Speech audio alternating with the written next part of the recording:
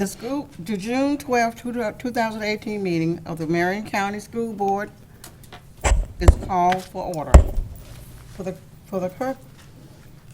courtesy of those listening to this meeting, I'm requesting everyone in the audience to clean off your cell phones. Later in the meeting of up to 30 minutes will be provided for individuals to address the school board matters concerning the operation of the Marion County School Board system and the school board only. Presentation to the board will be limited to 5 minutes and are televised. If you wish to address the board or regarding a regular agenda item or matters on which the board takes action, you must first complete a peach form located on the table in the hallway. If you wish to address the school board regarding a public hearing or a student discipline matter, please complete a lime green form. Those forms must be completed and received by the school board secretary no later than 5:40 p.m. The pro sheets applicable for each are on the separate sheet. Madam Secretary, please call the roll. Mrs. Kelly King, District 5. Here. Mrs. Nancy Stacy, District 1. Here. Mr. Bobby James, District 3. Here. Miss Angie Boynton, District 4. Here. Dr. Heidi Mayer, Superintendent. Here. Miss Suzanne Green, Acting School Board Attorney. Here. Mr. Brent Carson, Principal of Forest High School, please introduce who will be proving the inspiration and leading us to the pledge of the evening. Thank you. Thank you very much. Board members, Dr. Mayor, it is my pleasure to introduce a very special young lady to you, and I want to have you think about a number for just a minute, and that number is 2,340. That is how many days Nicole Perone came to school in a row from kindergarten through 12th grade. She has never missed a day of school. And in those 2,000 plus days, she certainly made the most of her educational experience in Marion County. She was at Greenway. Following Greenway Elementary, she went to Fort McCoy and then Forest High School. She graduated from high school, and a few days prior to that, she actually walked across the stage and got an AA from the College of Central Florida. So she was also one of our salutatorians. So she has done an outstanding job academically, and we're just very, very proud of her. And I'm very happy to introduce Nicole Perone.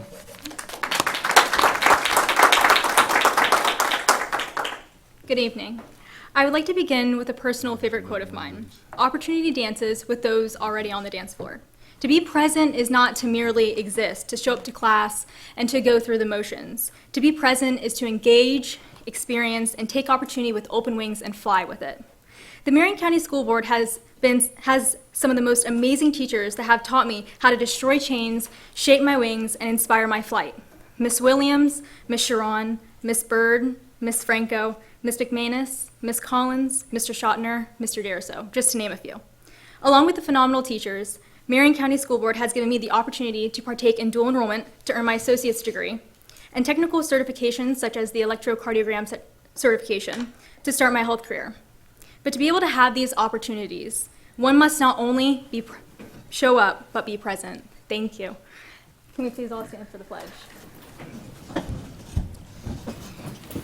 I pledge allegiance to the flag of the United States of America and to the republic for which it stands, one nation, under God, indivisible, with liberty and justice for all. Okay. Before we let her go, I have the honor of presenting a certificate that was signed by all of you to Nicole, and it says, for exemplary dedication to education, the Marion County School Board proudly recognizes Nicole Perone, Forest High School. Throughout your entire public school career, you never missed a day of class while attending Marion County Public Schools. Thank you for your perseverance, which has certainly contributed in a real way to your success and that of Marion County Public Schools. Signed and sealed this 12th day of June, signed by all board members and the superintendent. Thank you. So congratulations.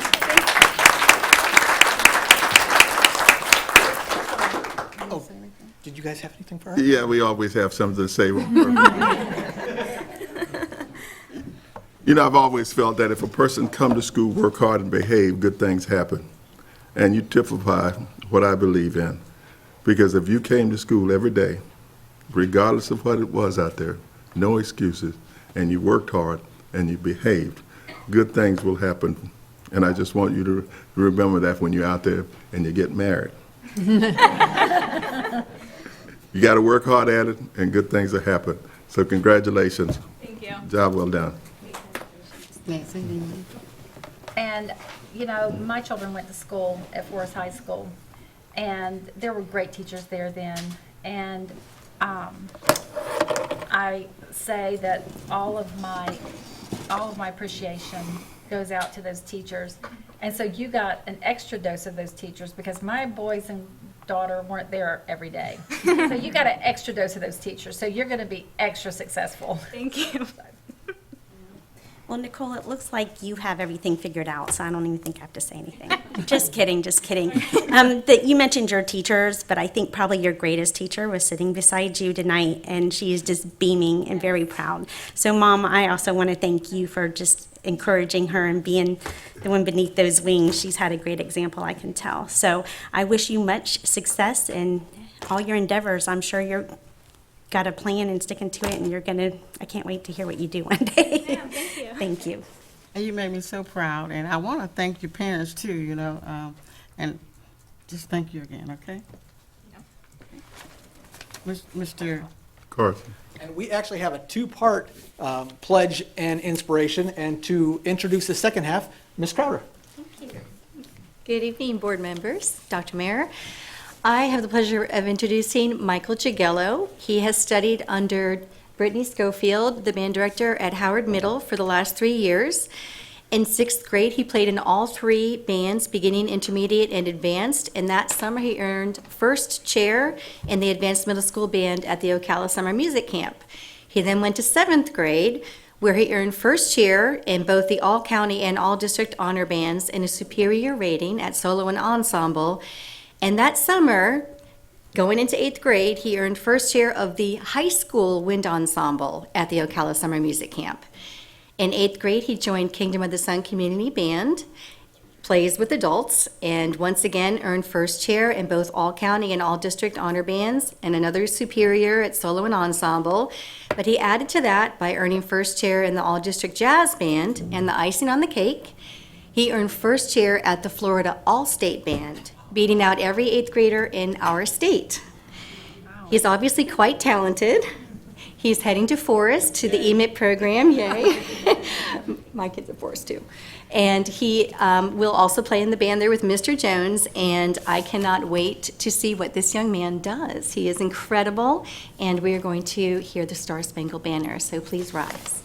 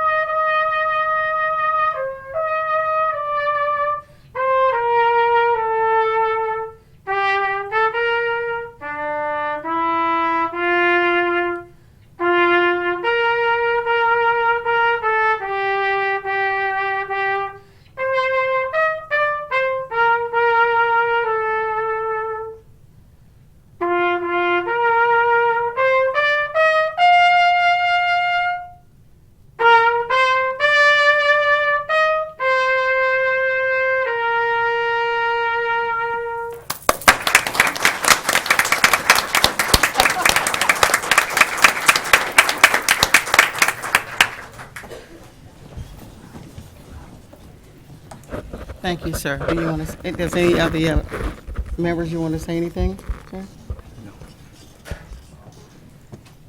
Yes, I'd like to say something. You know, years ago, I played the clarinet and played in the band, played the clarinet. And those were really some fun times when we go on our trips and different things. And I got moved around. Sometimes I would move up to the front, and then I'd play with my girlfriends, and I would move back to like fifth chair clarinet when I play with my girlfriends. I didn't take it as seriously as I should have, because when my husband was in college, I needed to teach music as a second job, and I did. So all those days that maybe I wasn't paying attention as much as I should be in band, I should have paid attention more. And I could have been maybe a little bit like you, but I was able to teach music and make extra money and pay all my husband's college tuition thanks to my experience as a musician, as a youngster. So you have, since you've already soared much, much higher than most students do with their instruments, you will probably do quite well in your future as a music major. And thank you so much for your dedication. And some of the best kids that you will ever meet will be in band class. Thank you, thanks, Nancy. I want to tell you, as I was listening, I turned around and I said, wow, it was wonderful. Wasn't it so good? And I said, you know, sometimes, you know, it takes a person to have that, you know. I remember when I was at Howard doing music, and you know, I went from this to this to this until I could find one, and you really have the best one for you. You did really good. And thank you for coming over here today. Thank you. Beautiful. Thank you, sir. I'll end too. You did a fabulous job, and I know they said that you won all state. I look forward to you winning all nation. You were fantastic, as some people like to say. Thank you. All right. Thank you, sir.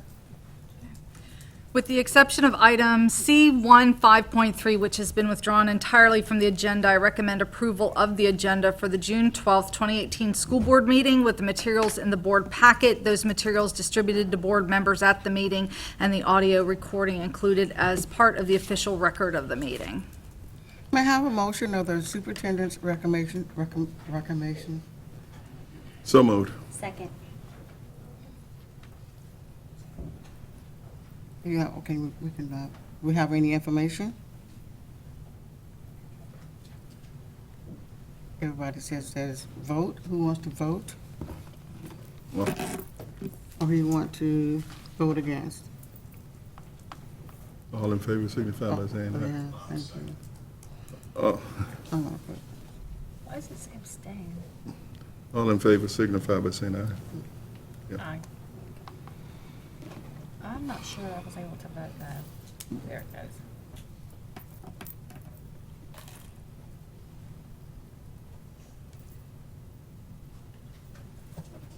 Just waiting for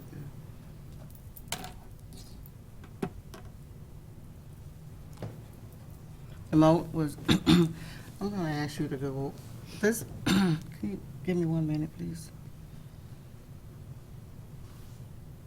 I'm gonna ask you to go, you wanna turn this back over to me, but I really, I can do it, but I'm just, let's have that information.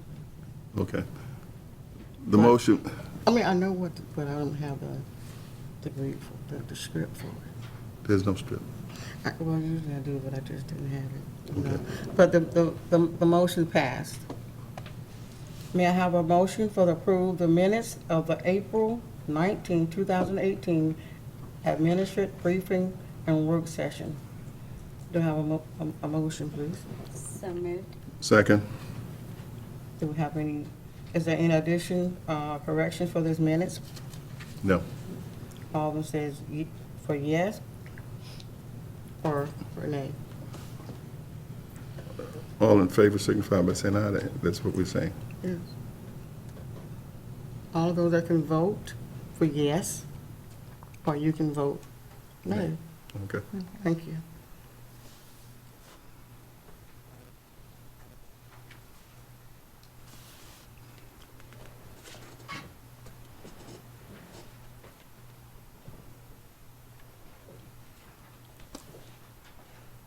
And the Ms. motion, Excuse me, Ms. Gonzalez, correct that for me, because that's a yes. I'll correct that for you. Okay. thank you. And the motion was passed.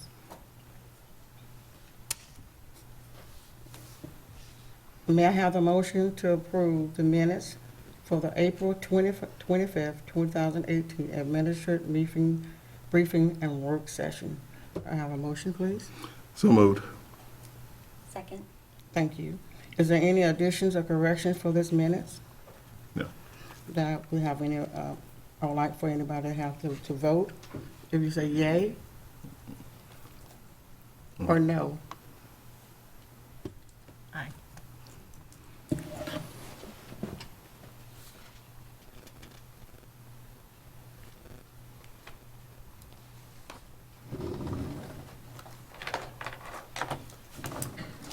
And that pass.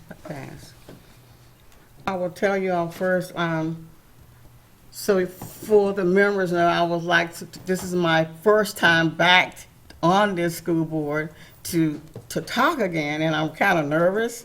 We have looked around it already, and I did pretty good for them, and now I'm like nervous. So at first I said, I'm going to put this over to to Bobby, but I should be able to do this because, you know, I'm still, when you know I've been doing this, and I want to thank y'all for helping with me. Sometimes with that having that stroke, those words can just like go too quick, and thank you for that. Okay, thank you.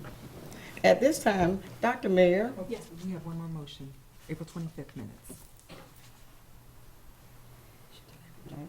24th one? The 25th? 20, okay, thank you. See? So let's go on through this. Thank you so much, everybody. May I have a motion to approve the minutes for the April 25th, 2018 Administered briefing and work session? Do I have a motion? So moved. Second. Thank you. Are there any additions or corrections to the minutes? No. Everyone that says for yay or nay? Aye.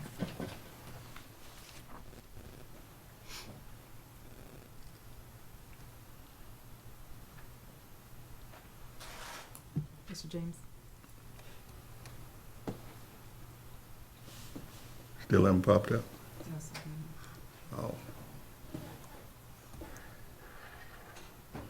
Would you like me to mark yea?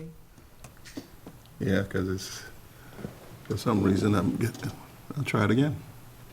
I've got it. Okay.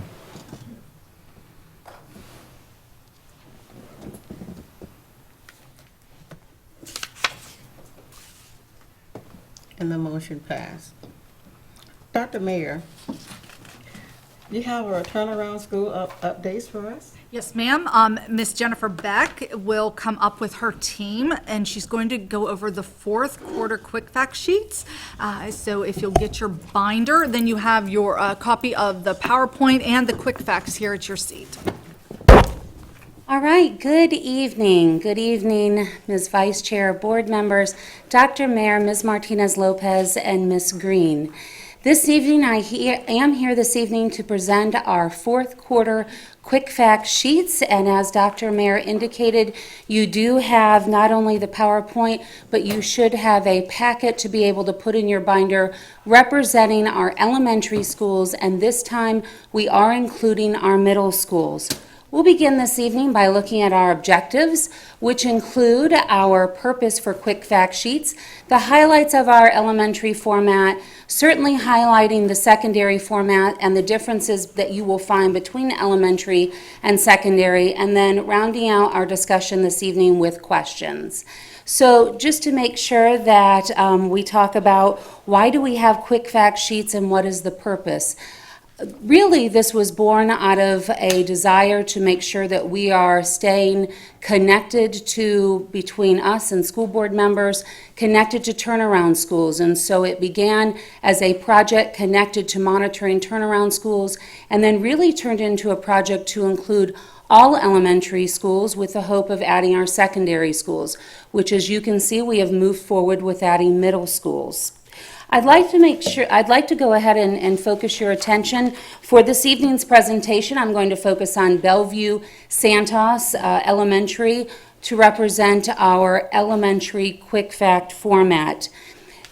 Before, when we presented, some of our data was not complete because our school year was not complete. But now that we have ended the 17-18 school year, you will see in the first box that attendance averages, and that would include student average attendance, is complete all the way from August to May for all of our schools. So you would be able to look at those trends from August and then what they have done as we show completion through May. In our next section for elementary, we have our discipline. We have continued to include the data from 16-17 broken out by levels 1, 2, 3, and 4 along with total numbers. And now you will see 17-18 discipline numbers complete. We have included a rationale box, which you had last time, which will also allow you to see if there was a reduction in disciplinary infractions. It will allow you to see really the efforts that were made at the school. And if there was an increase, then our principals have certainly acknowledged that. And in that box, they have tried to articulate what their focus will be for the upcoming 18-19 school year to address those concerns. In our next section for elementary, we have our family, school, and community engagement. And a couple of things I'd like to point out in this box. It does have total volunteer hours to date, so that would represent the year, as well as the number of volunteers. And you will be able to look at that from school to school. You will also see the activities that have taken place during fourth quarter. So this certainly does not represent all the activities that have taken place in school, but as you will see, many of the schools have had an active fourth quarter bringing parents and community members together. If you see anything with an asterisk, that means that the event actually took place off of their school campus. Rounding out the bottom of that first page would be teacher data, and that would include total teacher units. It would include teachers with 10 or more years of experience, and then certainly I know of interest to our board members would be our teacher vacancies and long-term subs. Let me clarify that that was as of the last day of school, how many teacher vacancies they'd had and how many long-term subs were filling in those positions. It certainly doesn't necessarily represent their actual numbers to date. All right, and then looking at the back of Bellevue Santos Elementary, we are back with our iReady data. This data shows beginning of the year data and end of the year data. So we call that AP1 data to AP3. Again, if looking at the color coding, we have green, yellow, and red. And what do those colors represent? If a student is on green and we're looking at it in an end of the year view, which is how we pull iReady data, that means that the student is performing mid to late for their grade level or they're exceeding. If they are in yellow, that means that they are performing anywhere from the beginning of their grade level up to 1 year behind. And if they are in red, those are our intensive students because they can be onwards of 2 or more years behind where we need them to be in either reading or math. And so you'll be able to see that data there. And then our bottom 4 boxes are our principal comments. And we spent quite a bit of time this go around really focusing in on what we were going to do with this section. So this was an opportunity for principals to identify their strengths, but then even more importantly, what are the growth areas that they need to focus on?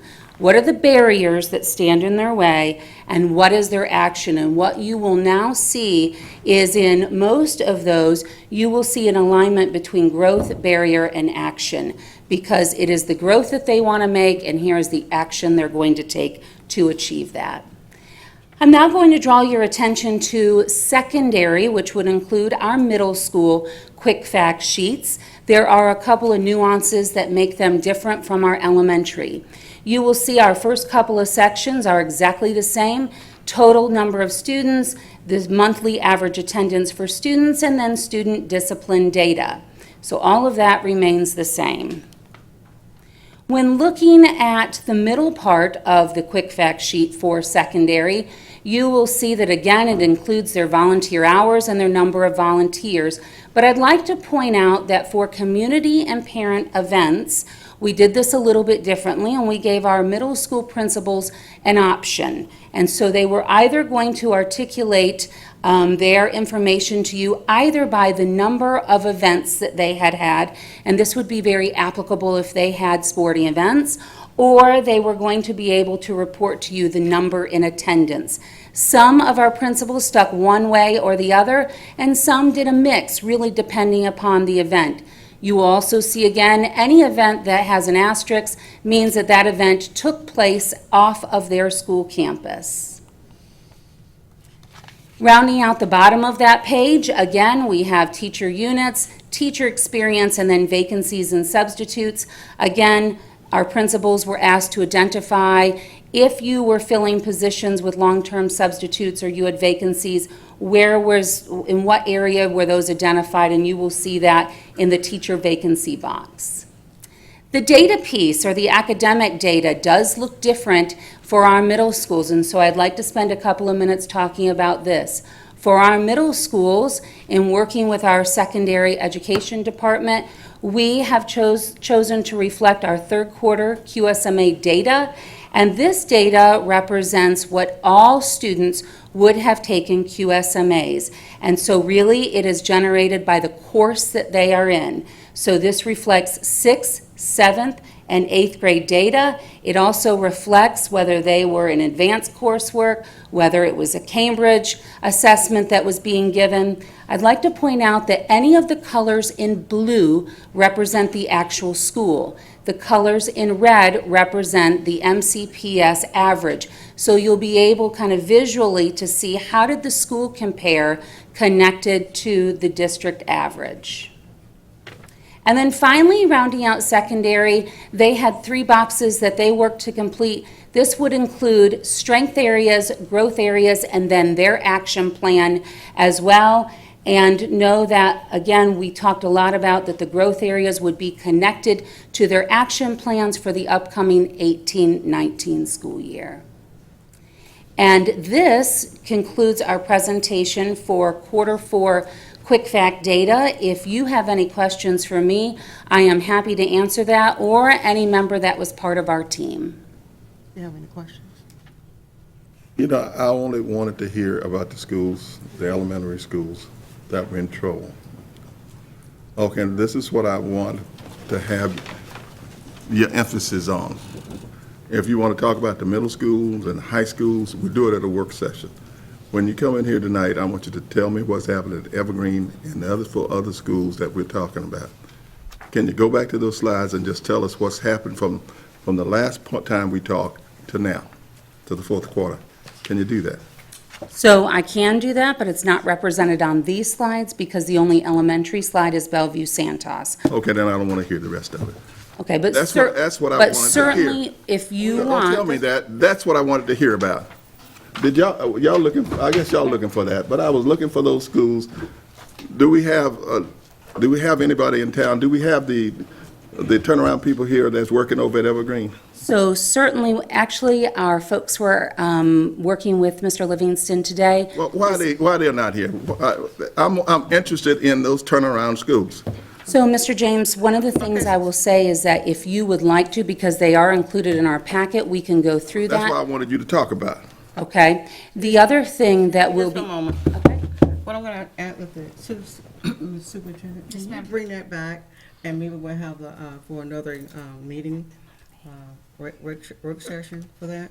I think if we have that information, and I think we need that information, so we'll have that on work session. Can you put down, can you give a date right now, do you know?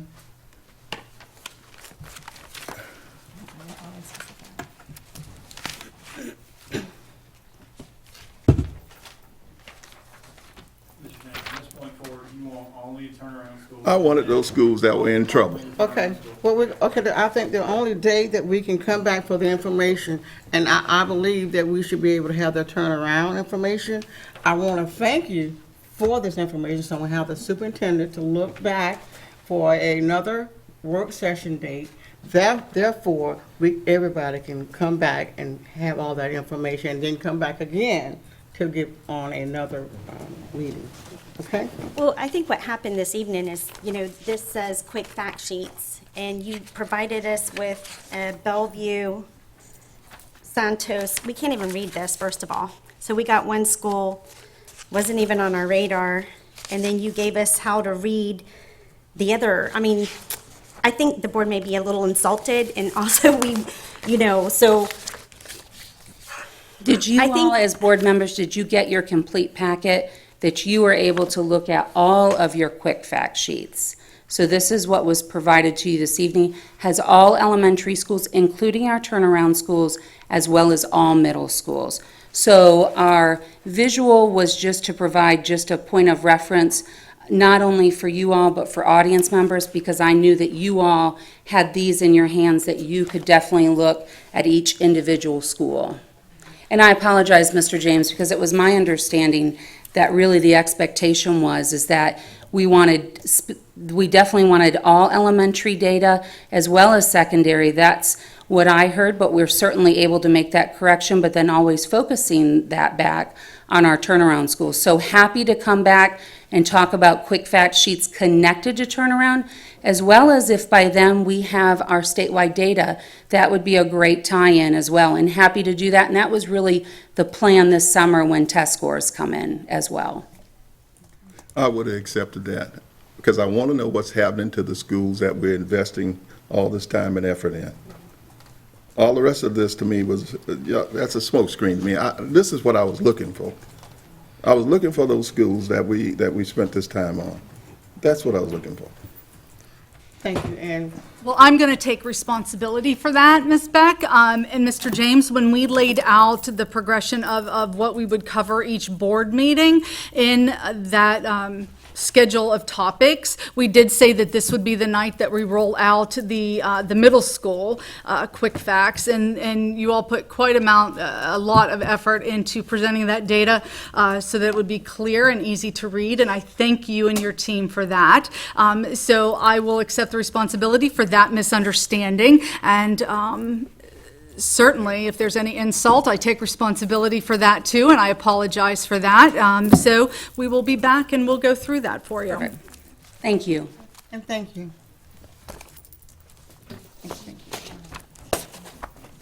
Did you put it on a work session? But I haven't decided for another date, I would think, because if you look here, Did I miss something on this? the budget, July the 19th, July 19th. We can just have to work a little bit longer, okay? All right, thank you. It will be on July the 19th. Okay, thank you. And Ms. Beck, when they give us this stuff, if they would enlarge it a little bit so that we can read it, I can't make. But it's in your packet, ma'am. That was just a visual, Right, like but- to orient. Did you get one of Right, these but I like can't- this? I couldn't see the Couldn't visual or read it. this. Even the visual, couldn't like, we read the visual couldn't either. read to even Right. understand what she was trying to explain to us. We understand, and so we will change that around, and we will be on July the 19th. Even after we go a little bit long, we will get all that information. And thank you. Okay. Right now, I will now ask the school board attorney to explain the rules governing persons who wish to address the school board tonight. Thank you. In compliance with Section 286.00.0114 of Florida statutes, the school board has adopted uniform procedures for public speakers who wish to speak at tonight's meeting, either regarding one of tonight's agenda items or a matter relating to the operations of the school district. These procedures will ensure the public has a reasonable opportunity to be heard on school board and school district matters. A written summary of these procedures is available from the table in the hallway. Public speaker forms are also located on the same table. The completed forms were due to the school board secretary no later than 5:40 p.m. Tonight's speakers will be called prior to the business portion of the school board's meeting in the order of receipt by the school board's secretary. Before you begin speaking, please state your full name and address for the record and spell your last name. Each speaker will have 5 minutes of time. However, if there are more than 5 persons who wish to speak, the board may seek consensus to limit each speaker's time to 3 minutes.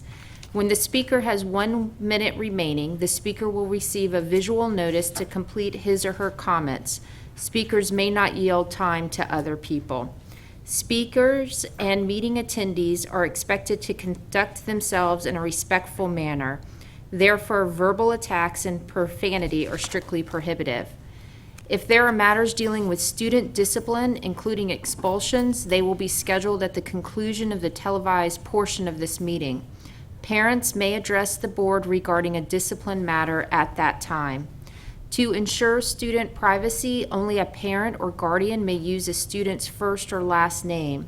Identifying references to or identification of other students and/or their families are also strictly prohibited. Thank you for your attention to the board's requirement. Madam Chair, that concludes my remarks. Thank you.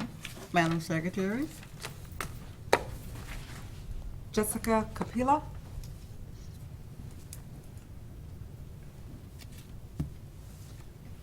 Jessica Capilli, C-A-P-I-L-L-I, 5709 Southwest 109th Street Road, Ocala, Florida, 34476. Good evening, and thank you for your time.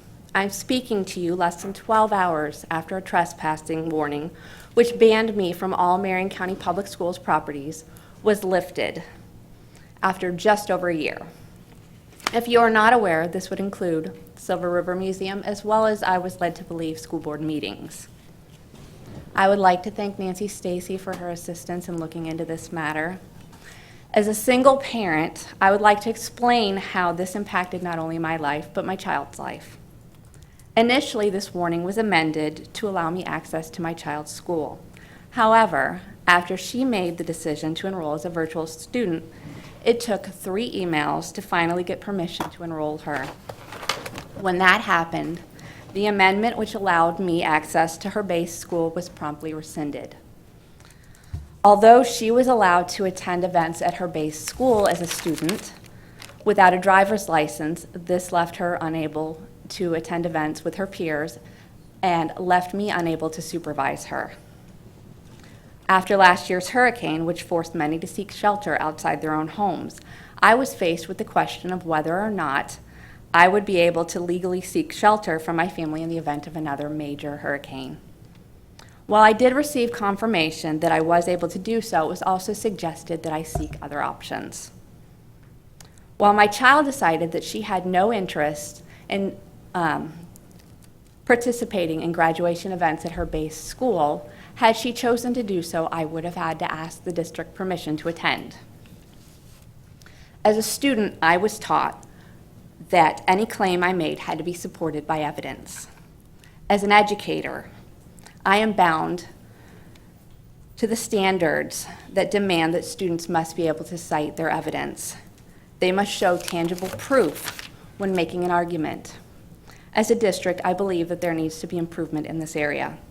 It is disheartening to think that the voices of others may be silenced with little recourse. For the average parent, the ramifications of a trespassing order would be significant and would only serve to reinforce the distrust of school districts that is so prevalent. Discourse between parents and employees should be open and without fear of penalty. There are many fine employees of Marion County Public Schools, and I believe this district can do better. Thank you. Thank you. Madam Secretary? We have one speaker who has requested to address the board off the air. Okay, thank you. So we'll have another meeting after. Thank you. At this point in the agenda, a public hearing was scheduled before a hearing officer for any petition for the file regarding the 4 courses approved by the school board at the May 8th, 2018 school board meeting. Since no petitions were filed by the June 7th, 2018 deadline, there is no need for the public hearing to proceed, and staff may begin the ordering process for the middles of the course approved by the school board on May 8, 2018. At this time, I recognize Dr. Mayer regarding additional information. Ms. Gerlach, the Director of Elementary Ed, and Ms. Sismar, who's the Coordinator of Curriculum and Instruction, are going to come up and fill you in on the timeline for the next instructional review.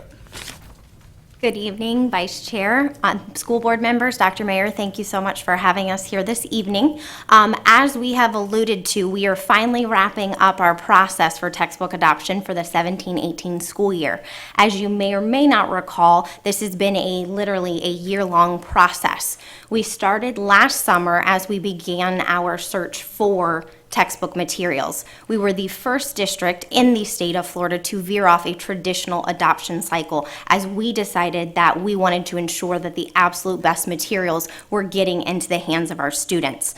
So as we veered off, we were not willing to settle for rubber stamping textbooks.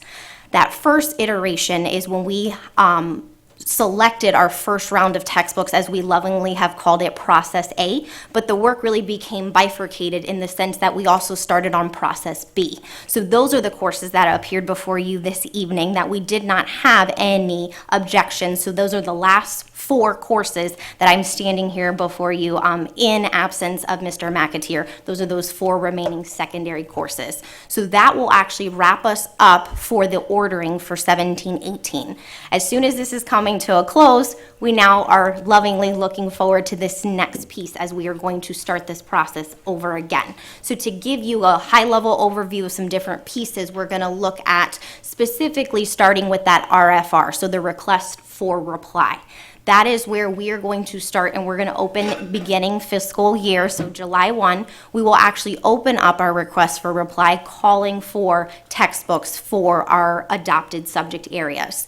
Once those pieces have been submitted, we will collect whoever was willing to submit in order to meet those non-negotiables of our pieces. That's going to kind of bring us to September, if you will, as that part closes out.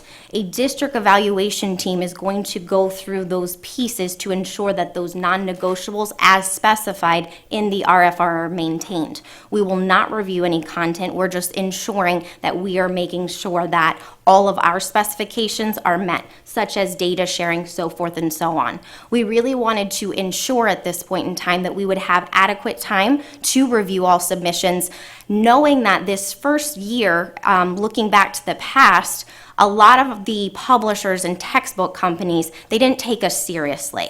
So they put whatever was standard protocol for them in terms of their reply. And now knowing that they've actually come back to Ms. Sismar and said, well, if we knew you were serious, we would have looked at this differently. So we wanted to make sure that we not only gave them adequate time to look at our actual request, but if they could actually meet those demands of our non-negotiables.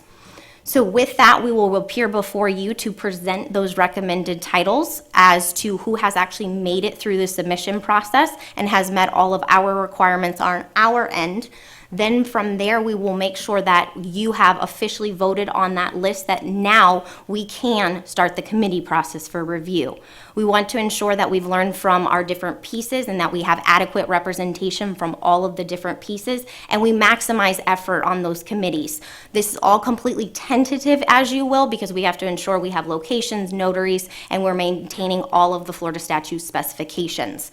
We will once again make sure that we involve our community and allow as much transparency as possible in reviewing those books. And then, of course, we will come back and actually have an official vote on those specified courses. I'm going to now turn it over to Ms. Sismar, who's going to kind of take us through the actual pieces in terms of the Florida statute and those time requirements.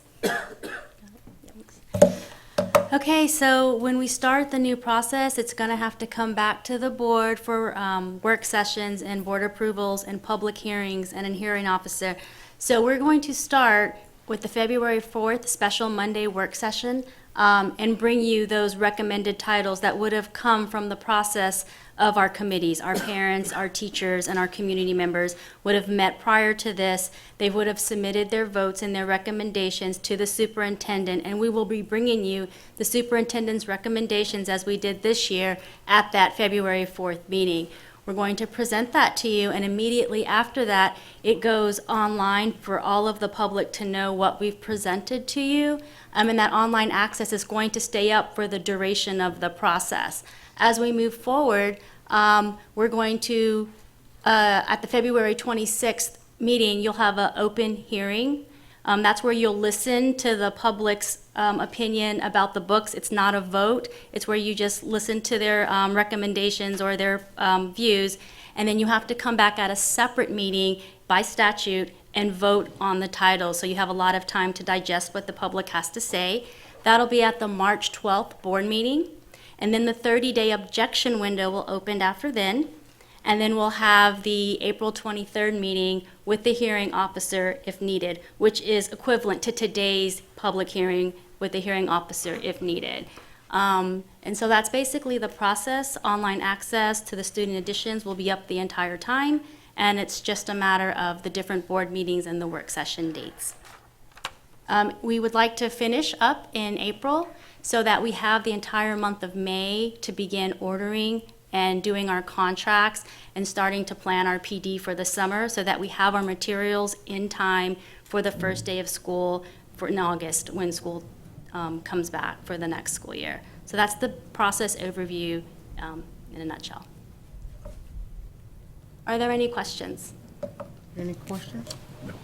I do. I have one question. It was just brought to my attention last week. I guess I nominated a gentleman, and it was my understanding that he was not allowed to be on the committee, and it was the first I have heard of it.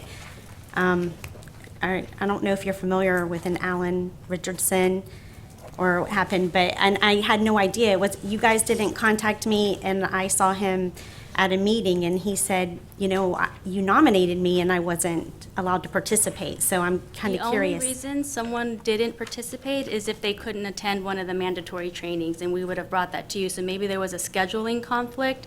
Everyone who was nominated from the board appointed as a community member was on the committee. Now, some of them had scheduling conflicts. Some people chose not to continue. We did have to have a signed affidavit on file by a notary. So we did notify the board of who couldn't attend the trainings to get notarized. But that would have been the only reason, or self-withdrawal, but we did not, Okay, so nothing. not put anyone on. We That could was look the into gentleman you it. talked to Friday evening? We can look into Okay, it. then there was an issue with, and I can't remember what exactly, because his wife made it on the committee, but there was something with the, a date or a lag in some, we'll get you that, but there was, it was turned in late or something like that happened. And if we're losing people because we didn't have many people participate anyways, maybe we need to not be so stringent on our dates, because I can't recall what they were, but not everybody is always available on one or. Right, and so we've learned, so that's why it's a little more spread out, and we're planning to do it just one process, no process A, B, and the window to now train is a little longer to anticipate things that might happen, and so we can have makeup trainings, multiple makeup trainings.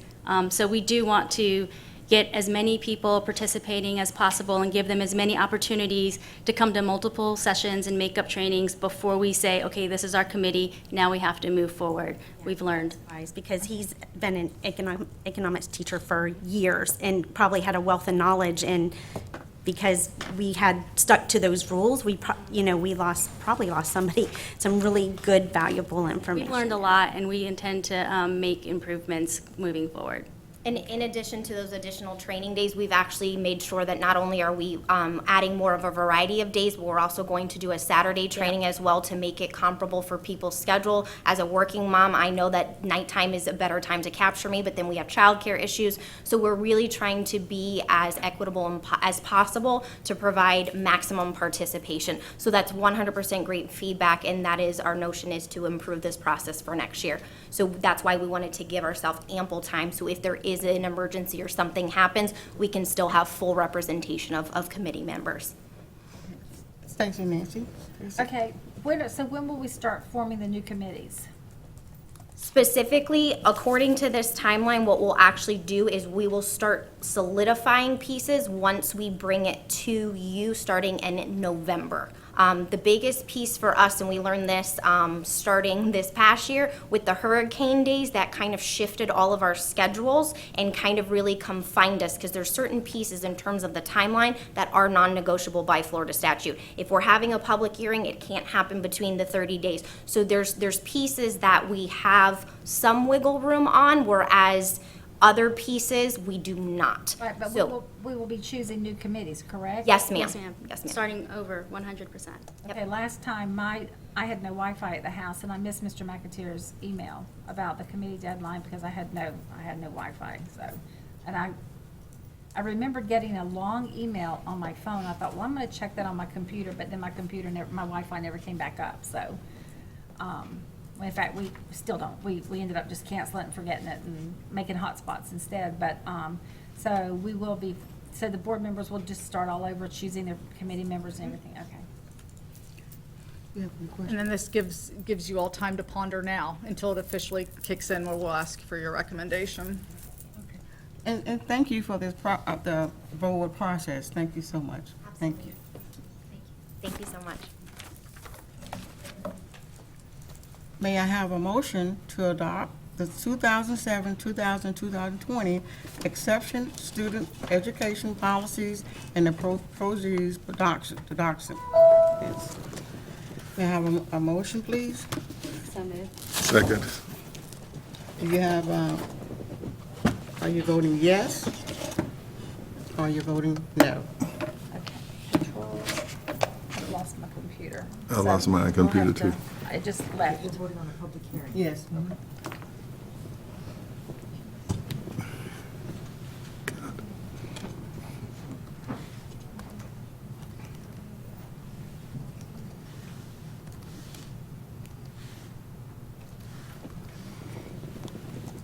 If you're waiting on mine, There's Ms. a- Gonzalez, go ahead and. I'm trying to get back on. I got kicked off for some reason. Now I'm back on.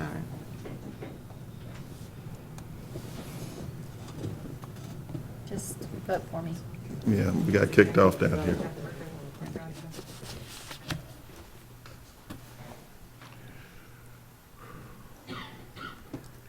And the motion is moved. Mrs. Superintendent? Thank you. This document complies with Florida statute requiring proposed procedures for the provisions of special instruction and services for exceptional students be provided to the Department of Education. I declare a public hearing. Is there anyone present who wishes to address the 2000 to 2020 exceptional student education policies and produce? Do you have any concessions on it? Procedure.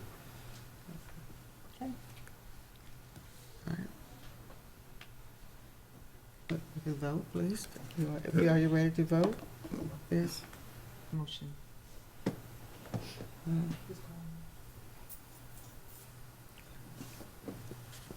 Do I have a motion and a second, please? So moved. Second.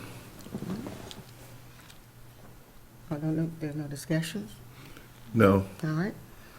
Then, are you ready to vote? Yes.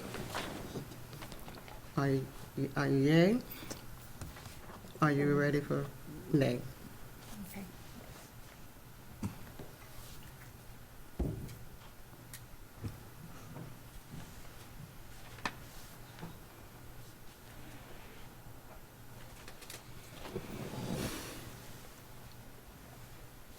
And the motion was moved. Thank you. May I have a motion to approve the consent agenda items C8.1 to C24.1 with the exceptions of item C15.3, which has been withdrawn entirely from the agenda. I have a motion, please. So moved. Yes. Are you ready? Are there any discussion? No? Are there any voting right now? Are you ready? Yeah. Are you ready for yea? Yeah, nay. Okay. Or for yea? Or no? We call for the vote, yeah. There it is.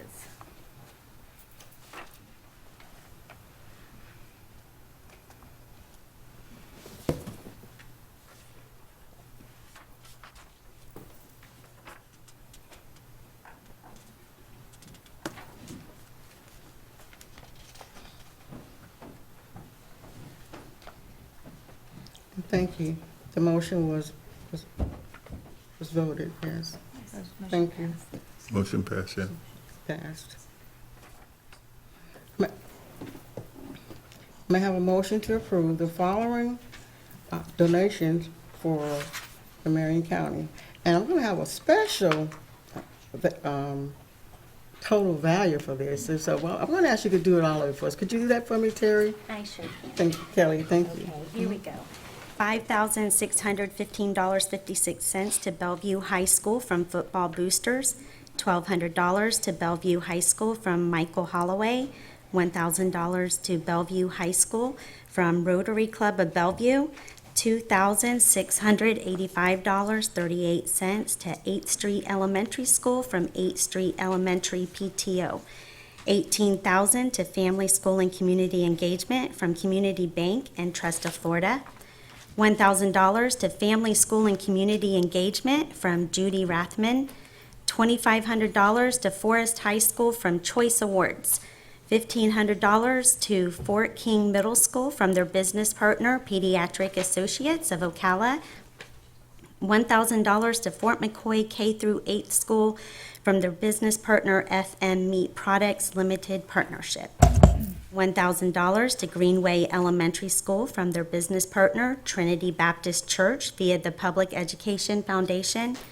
$3,500 to Hammett L. Bowen Jr. Elementary School from Hammett Bowen PTO, $1,610 to Harborview Elementary from Harborview Elementary School PTO, $1,000 to Hillcrest Public School from Marion Service Roofing and Sheet Metal Company, $1,000 to Howard Middle School from Howard E. Glitt, $250 Stop the Bleed kits valued at $9,372.50 to Human Resources Department Risk Management Division from Marion County Emergency Management and Coalition for Health and Medical Preparedness, CHAMP. $35,194 to N.H. Jones Elementary School from Dr. N.H. Jones Elementary, I think it's supposed to say PTO. $1,815 to Dr. N.H. Jones Elementary School from Dr. N.H. Jones Elementary PTO. $1,000 to North Marion Middle School from Howard E. Glitt. One Iris IQ 200 Elite Urine Analyzer with monitor and software and a laser printer for Iris report valued at $3,199.99 to Marion Technical College from Central Florida Health Alliance, the Villages Hospital, and Leesburg Regional. Sanford Inspire Platform, Training Online Professional Development, valued at $2,500 to School Counseling and Assessment from Nova Southeastern University, Inc., with Memorandum of Understanding. Sanford Harmony Program, K through 6 Student Digital Resource Access, Counselors, Toolkits, and Training, valued at, you guys ready for this? $732,005. That's huge. I don't even know if we've ever had one that large. To School Counseling and Assessment from Nova Southeastern University, Inc., with Memorandum of Understanding. $4,988.81 to Vanguard High School from CenturyLink Clark M. Williams Foundation. I need a motion, please. So moved. Second. Thank you. Are you ready for the vote? Yes. Ready for yes? It's coming up. Are you for no? Yay.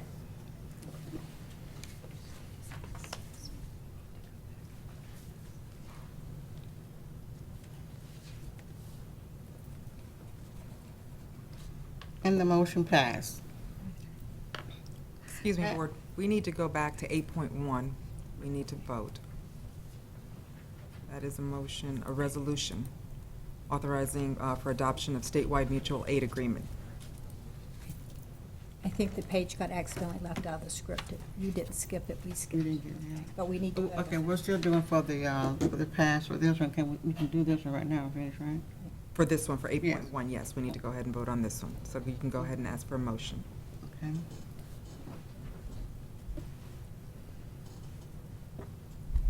We have that. A motion, we need just need some. Oh, may I have a motion? So moved. Second. Are you ready to vote? Yes. Or for yes? Or no?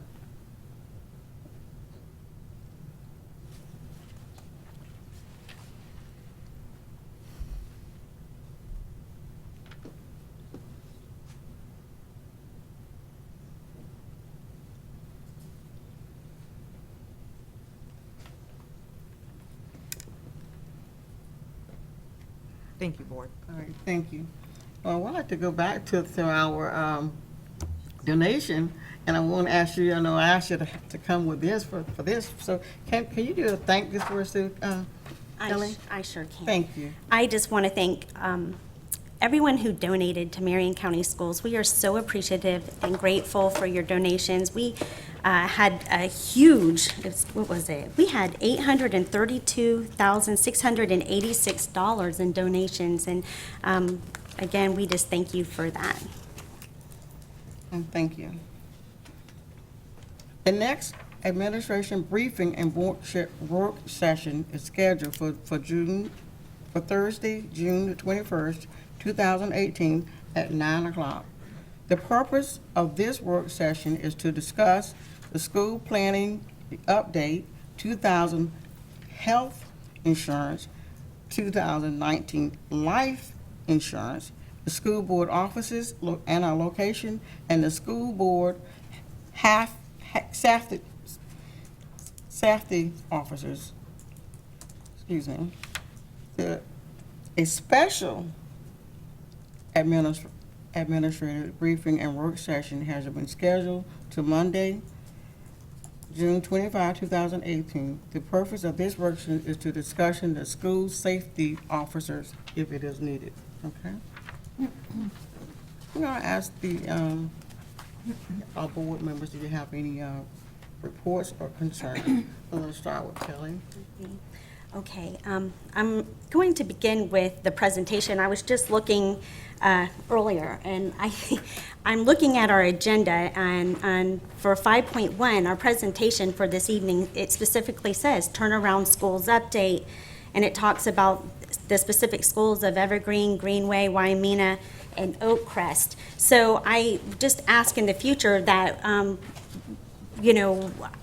as a board, we come prepared, hopefully doing our due diligence. I hope in the future that the staff that comes before us does their due diligence also. When something's on this agenda and we're coming thinking we're going to hear that and prepared for that.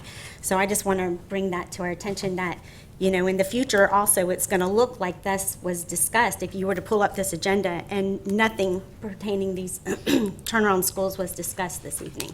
So there probably needs to be that needs to be fixed. And then also, one more concern I have are the hiring freeze. I know today that the freeze was lifted on the elementary teachers for the vacancies. It's my understanding that there's still a freeze on the middle and high schools.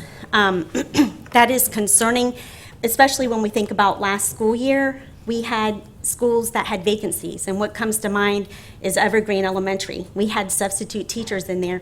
It's June, and we still have freezes. So I hope that this can be resolved quickly. I hope by August 13th that these positions are filled. It's concerning as a board member when I hear of teachers leaving our county, going to surrounding counties because they have openings and we don't. And that's my concern for this evening. Stacy? Yes.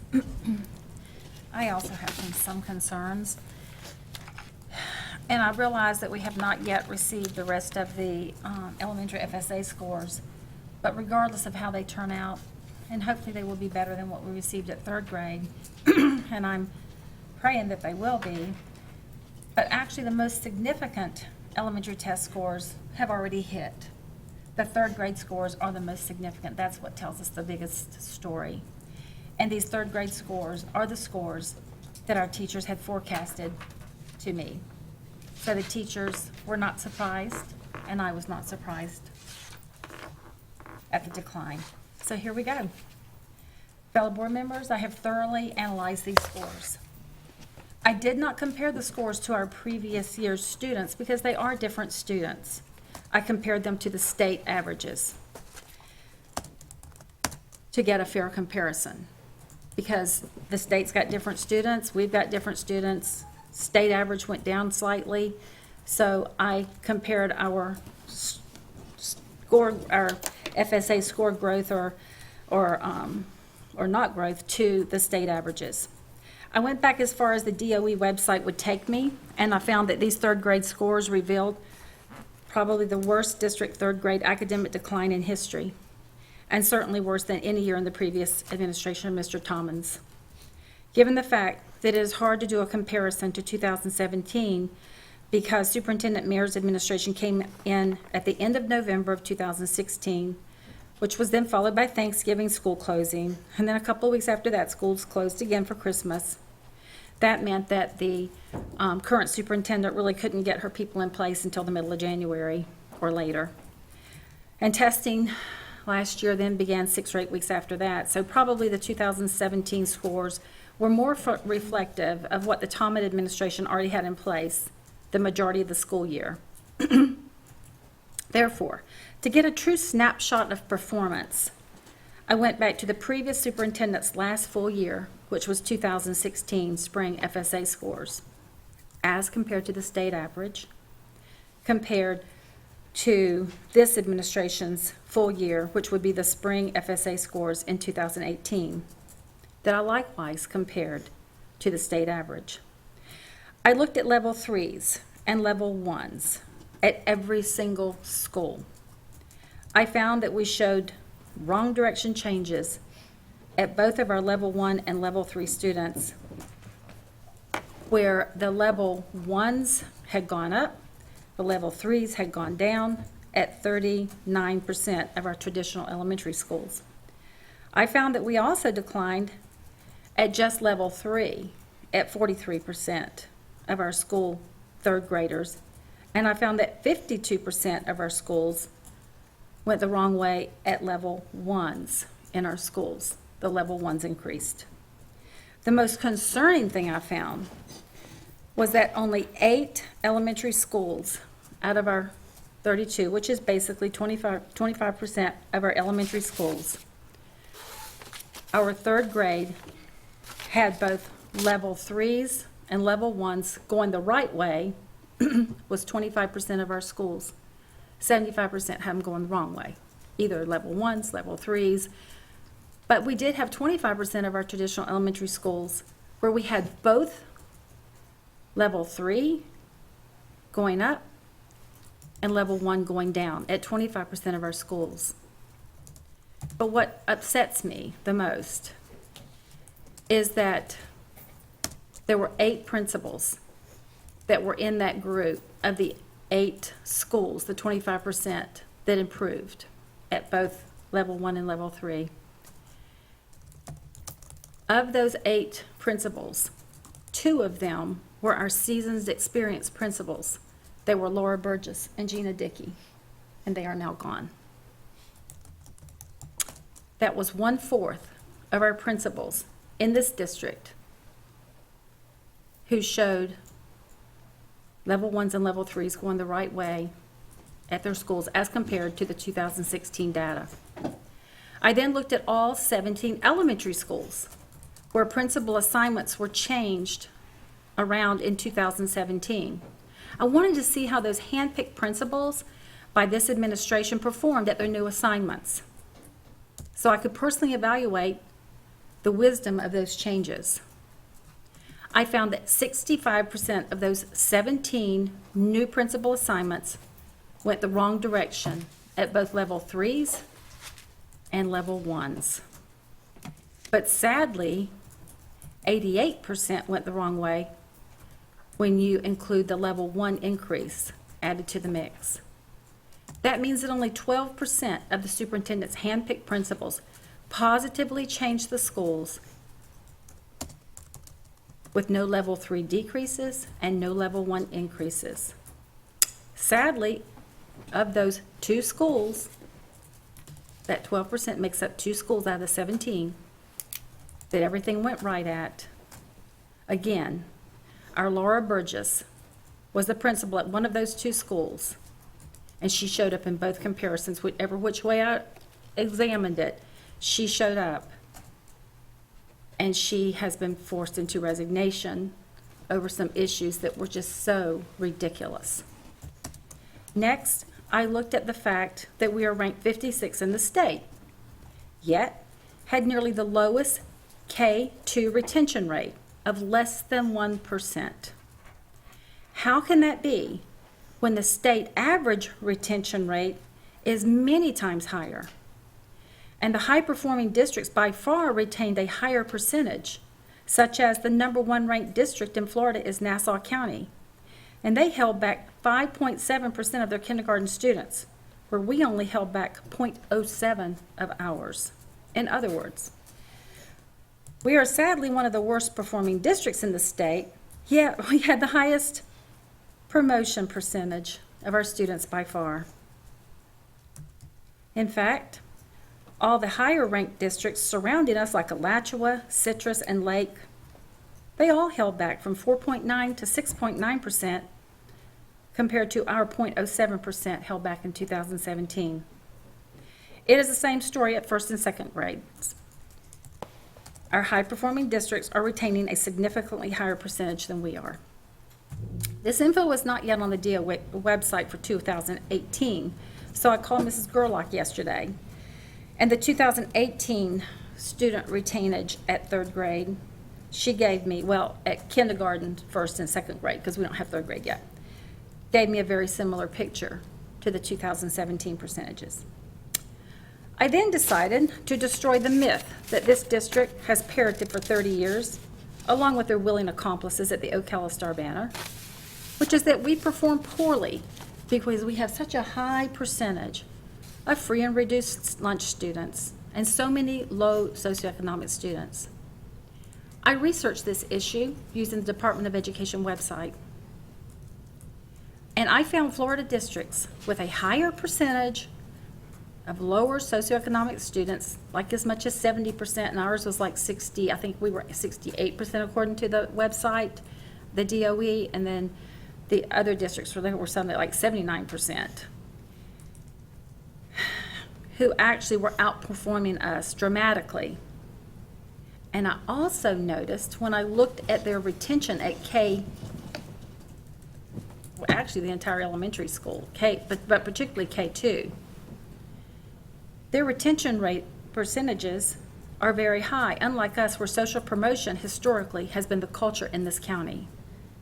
An example of a larger number of low socioeconomic students is represented in Sewanee and Dixie counties, who have much larger, lower socioeconomic student populations than we have, yet are much higher ranked in the state. But one difference I spotted is that they do not embrace social promotion like we do. They retain a dramatically larger percentage of K2 students.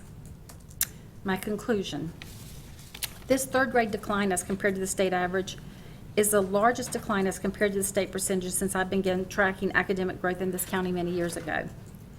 I am horrified by this 3rd grade performance regardless of what we see in the rest of the elementary grade levels, because 3rd grade is considered most crucial for reading proficiency by the state.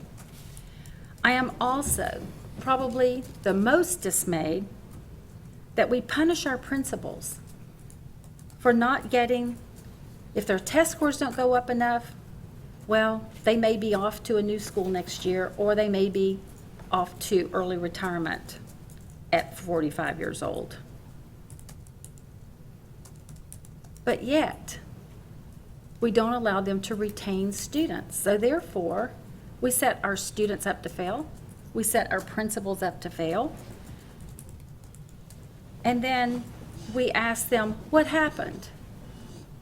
But we set them up to fail when we didn't retain the students that were not grade ready through social promotion. And I guess that's probably my biggest concern of all, is that we set expectations that are unreal on our principals. We expect our principals to work with children that are not ready to be at the next grade level. And this school board has failed our principals. This school board has failed this district in that we have allowed this to go on. We are responsible. And for decades, the school board has relegated its responsibility. The state statute gives it to us. We've relegated it to the superintendent. It's time that we look at this social promotion that has been going on in this district way too long, and we look at what we want to do about it and stop setting our principals up at the elementary schools to fail and continue having these turnaround schools, because we're giving teachers and principals students that just aren't ready to be there. That's not fair. That, to me, that's child abuse, to put a child in a class that they're not ready to be in. It abuses the children, it abuses our teachers, and it abuses our principals. And this school board needs to get a handle on this. Thank you. Nancy, while you were talking before, if I would like to say it back to you, if you can. You know, there were, for that hurricane, you remember that so many counties believed that the FSA should not have, they should have canceled that. So that's one thing. You know, as you were talking about, I think it starts with us too. If we change some of these policies, and then things will be much better if we did that. We got to help our Yeah. principals. We got to Yeah. help our kids. We got to help our principals. We got to do better. And then if you work with me for the turnaround for us elementary and for the middle school, I sent to in Tallahassee some of the senators and representatives, and I asked them to for a turnaround school should be only for high school, you know, because by that time you're already making those elementary students that if that school goes down and they close it down, it makes them what? And our students, it makes them almost look like they're done. And some of those are looking at right now, you know, Dennis and everybody, they've been looking at it, and if you just have some ideas about it, because by the time an elementary child is in elementary school, and then we close that, it makes them feel like, you know, that. Because Yeah. they failed in school close. Yeah, But, okay, but that's. thank you. Mr. James? I have a couple of things that I just want to make sure that I'm clear on. When I was talking in reference to the turnaround schools, Ms. King hit it exactly what I was looking for. I was looking for those four schools, the schools that were in trouble and that we've spent a lot of time. I was looking for that information there.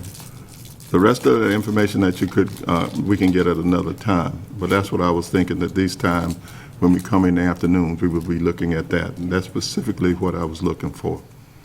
Okay, my next, and if you can get that on the four schools, then that would be great. I don't have to have a work session on all of this. I just want to know what we're doing, what was the principal's comments at the end of the year.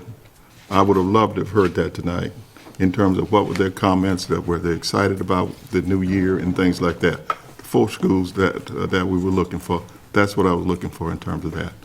My next question, when I look at the staffing plan, I know we put area directors in there. Have we located offices for those area directors? Where are they? One's at MTI, one's at MTC, and one is at Thelma Parker.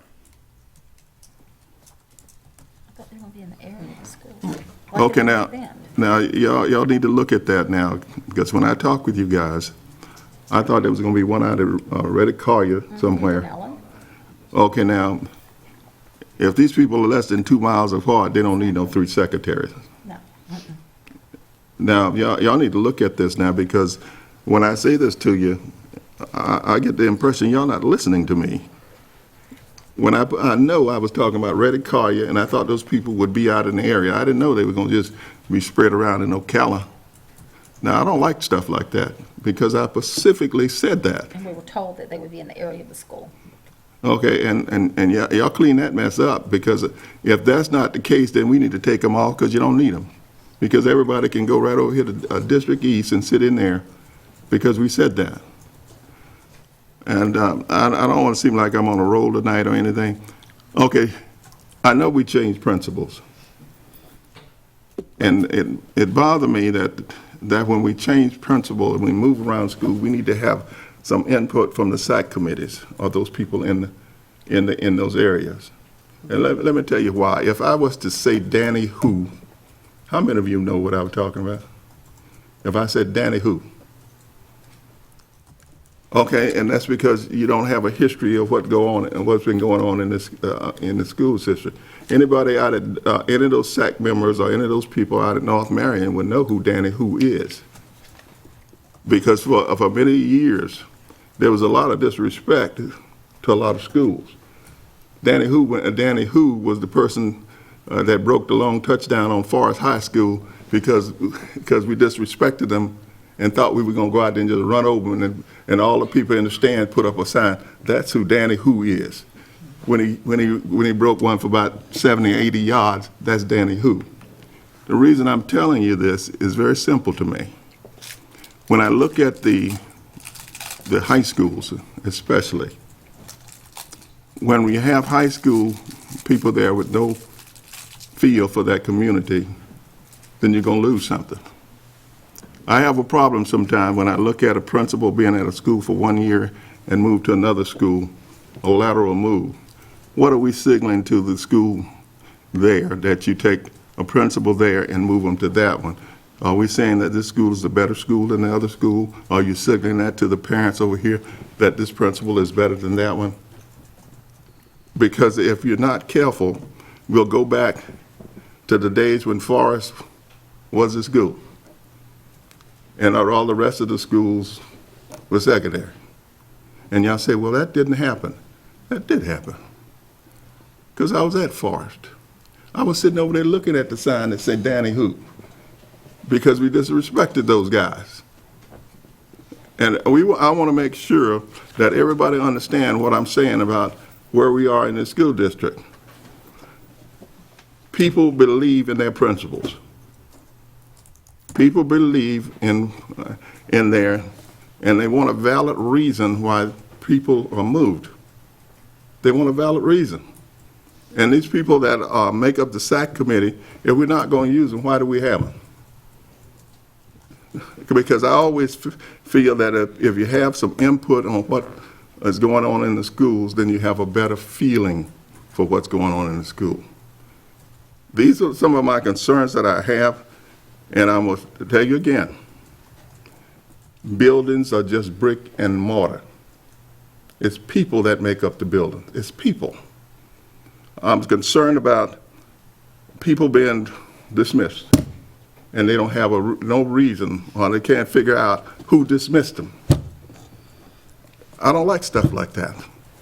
If you're gonna fire me, at least walk up and tell me I'm not bringing you back. But don't do that to people. And y'all say, well, Mr. James, you exaggerate. God. It rained today, folks. I'm not exaggerating that, am I? I'm telling you what I feel, and I've been around this place a long time, and I do know that if we don't take better care of our employees and treat them with respect, then we got a problem around this place. And it's going to come back, may not come back next year. And I'll give you an example. A good example is when I look at Forest over there, we had a tremendous thing when we had the shooting over there, principal running down the hall, and everybody loved this hero. But you know, that hero ain't there. And they got to work with another and rebuild it. This is what this is, and I'll get off my bandwagon right now. All I want to say, ain't nothing you can kind of put a little pencil and write it in there. These are things that you get a feel for what's happening out there. And I don't have a good feeling. I don't have a good feeling that we're taking in consideration the people that make up these schools. That's right. Thank you. You know what I think, Mr. James, is I think, remember, we just got up, we changed to a policy for the employee guidelines. We haven't got back yet, you know. We voted it in. We don't have that information back. So maybe we can look back down for us so we'll know about that. Because those things have changed around, so those will be differently for our employees, so. All I know is this, Ms. Warrington, we can write every rule you want, but if you can cook, you can cook. You can put a little pinch of that, or whatever. And I'm saying this, that we have to recognize the fact that that people that's guiding us have to realize that there's people out there and they do have feelings. Of course. Okay, and they do, then they will make a difference. How much money somebody gave us tonight? What was it? Close to $1 million? Almost $1 million, yeah. And I guarantee you, those people had some feelings about those schools in which they gave that money to. I think that's why that guidelines will help them, you know. But know, thank you. And I'd like to say Go something ahead. else on the topic he's talking about, on the principals. Mhm. It was a while back when I was a parent. It's not been so long for you. There's something to be said for some consistency at the principal. I know as a parent, I used to get so disappointed when my child would come home and say, I remember when Dr. Herrick, she was at Osceola and she was moved over, I think over to Vanguard for IB or something. I was in tears because she was gone. She had been at the school a few years and she was great, and we kind of knew what she wanted for us to do. We kind of knew what she liked for the parents to do to help her. And then we come the next year and, you know, things were kind of new. I think Miss Elsperman came over there then, so we were all fine. We were all fine. But we had to wonder who was, you know, we had to just wonder, you know, how it was going to be. And the principal at a school is a lot more than just an appointment. It is a person that parents trust, parents depend on to take good care of their children. And just like the parents at Forest High School depended on their principal a couple of months ago, and they built a bond with him. And then they go back next year and they have a whole new principal.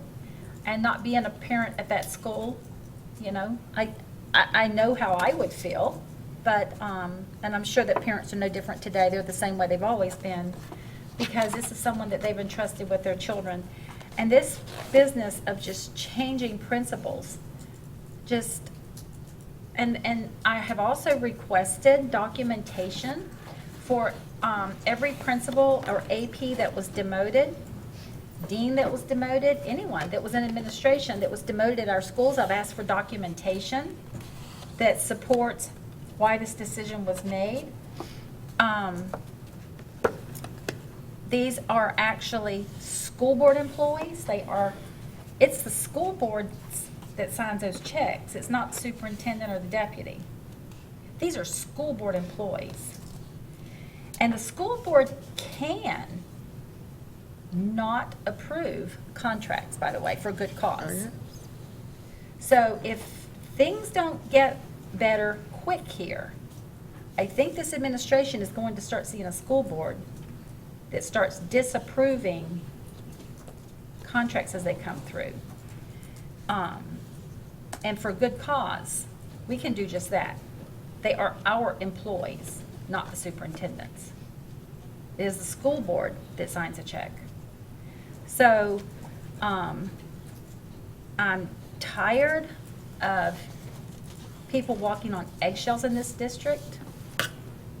And if the administration has to disrespect so many of our teachers and principals feel disrespected in this district, then it's time for some of our administration to go find another career or another place to work. I do not want to hear another teacher or administrator come to me and say they were talked down to by this administration. All right, thank you. Thank you. All right, now I'm going to ask for our attorney. Do you have any information for any concerns or reports for us? No, thank you. But, so I want, Mrs. Green is here, and I want to thank you for helping us for our attorney, since Mr. Gibbs he's on a vacation right now. Thank you for having me. Okay. All right. Mrs. Our secretary, you have any information? No, thank you. Dr. Mayor, Yes, ma'am. it's up to you. Thanks. Hello, Officer Cabrera. Thanks for being with us tonight. I hope you had a good night. It was good to see you. And then Officer Chrisman, he slipped out. You slipped in. So, but we want to acknowledge that he was here too and waiting on us. So that was awesome.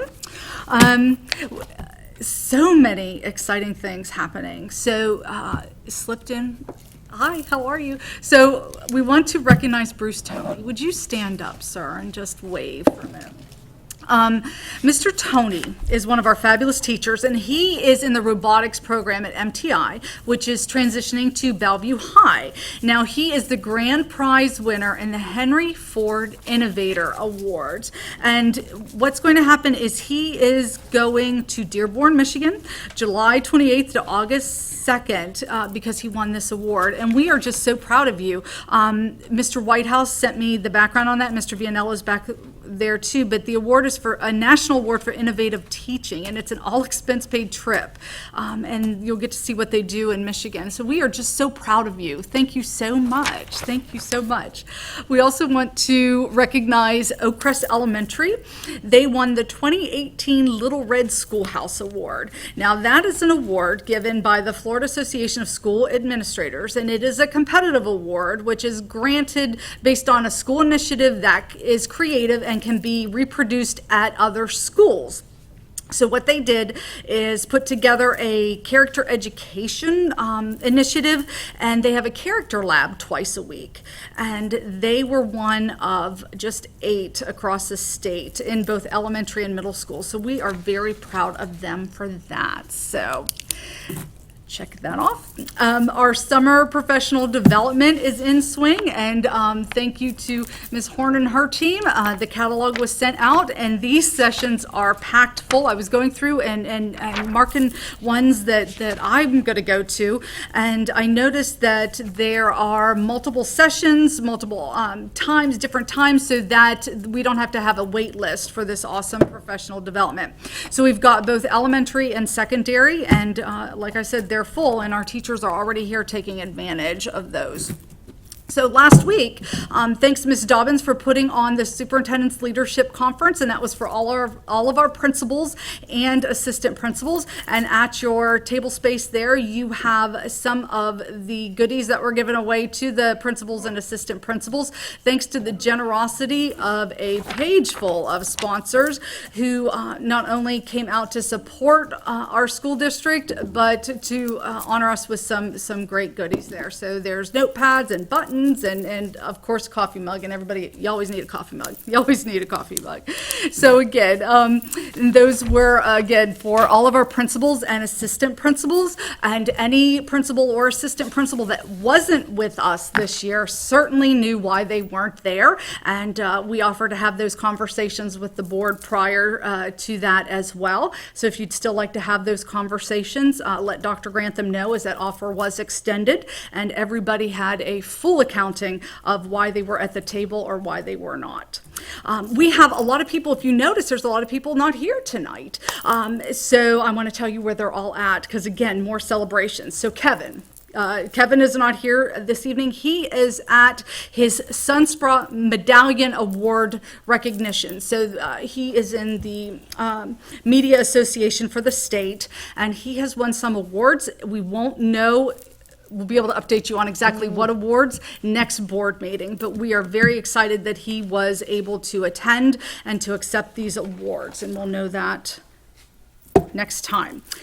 Miss Boston Ellis is not here. She is at the Florida School Finance Conference, and you know that, again, for the 18th year that we have won that state award for her and her accounting, and she is leading her group. She is a leader in her group, and she said that she is prepared to take charge of that, and she'll be meeting with DOE representatives, her and both Alice Posada as well. And they're meeting with them tomorrow, and we'll have updates when she gets back on that too. So we wish her good speed with that. And Mr. McFadden, Dennis is not here this evening. He actually went to Hillsborough County today. He was invited to go to a one-day conference for school safety. And Hillsborough has been working with their own security for quite a while. So this was a state conference, and Hillsborough wanted to showcase what they're doing and the options that they have down there. So he'll bring that information back. And again, you mentioned that work session, and we will go over these options there as well. And he's here this evening, but he will be gone tomorrow, and that's Mr. Vianello. He is heading down to the Florida Association of School Administrators to accept an award. He is accepting award on behalf of our Career and Technical Education program, and being acknowledged for the great work that he and his team are doing, and we have some folks going down to support him. Now, next week, he is accepting a national award at the 26th Annual Model Schools Conference in Orlando. So our county was selected as an innovative district. It's the only one in the state of Florida and only one of 10 nationwide. And that, we were selected for that because of the outstanding partnerships we've developed with local business and industry. And we actually have some of our vocational advisory committee team members that are going to go down and present with him as well. And it's important to note that this award was given for innovation, but we have expanded choice for all of our students through MTI, including creating those 5 career choice academies throughout the district, and that we have the highest number of nationally recognized certifications ever earned here in Marion at 1,394 last year. So that's huge. That's huge. And we just had a job fair where we had 230 students who attended, and we had 34 companies there who were ready to hire our kids, and that was great. We're so proud of that. We also want to make sure that for the record, it is noted that this administration ended social promotion. So unless it's in statute to promote in 3rd grade, we do not do social promotion, and we have let our principals know that as well. Okay. Okay. Thank you. Thank you. For me, I have the FSBA. You know, our conference and our training starts tomorrow and Friday into Friday. But I will be there. I'll be leading tonight. I'll be going to Tampa for the board directors, and some of I'm on the vice chair up there. So I will be there. And I will bring all the information for you, Nancy, so you'll be able to have all that, the training that we have, okay? We have our own training, but thank you. I'll share mine with you. But you know, I always give it to you, so, all right, and thank you. Before addressing the exposition matters, I will be acknowledged that the board members have received our alternative places list for students through May 25th, 2018. Ms. Martinez Lopez, are there any parents who have submitted a timely request to speak on their child's matter? No, ma'am. Do you have one that's gonna? You still have? We have one off the air, but that's not. There you go. Okay. All right. Thank you.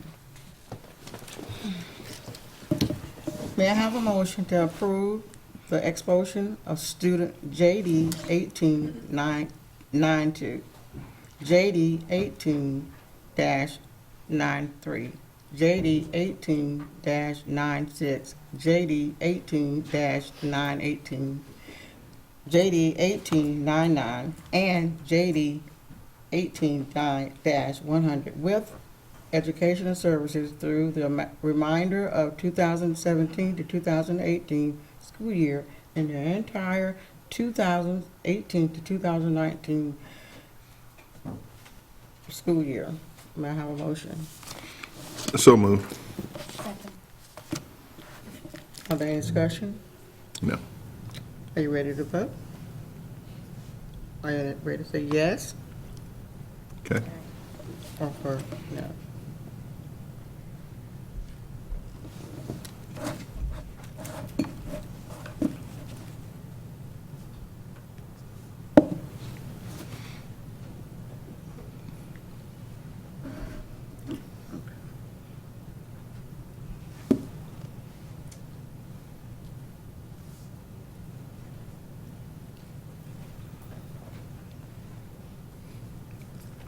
And the motion will pass.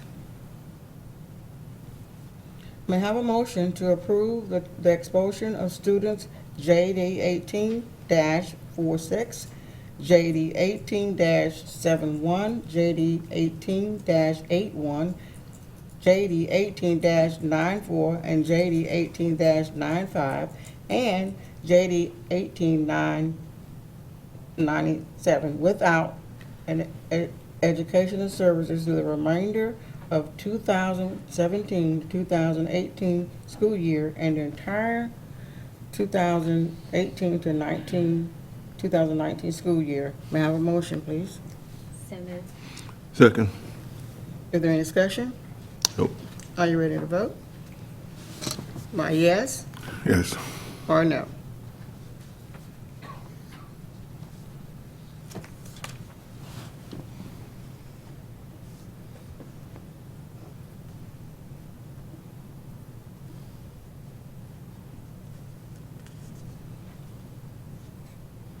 And the motion was passed. Right now, we have I'm going to ask for a brief recession so that a parent would like to come down to have her for another, she wants to address the board, so, and we're going to have to go down for she doesn't want to be on the TV, okay? So I'm going to have a brief for about 3 minutes. Thank you.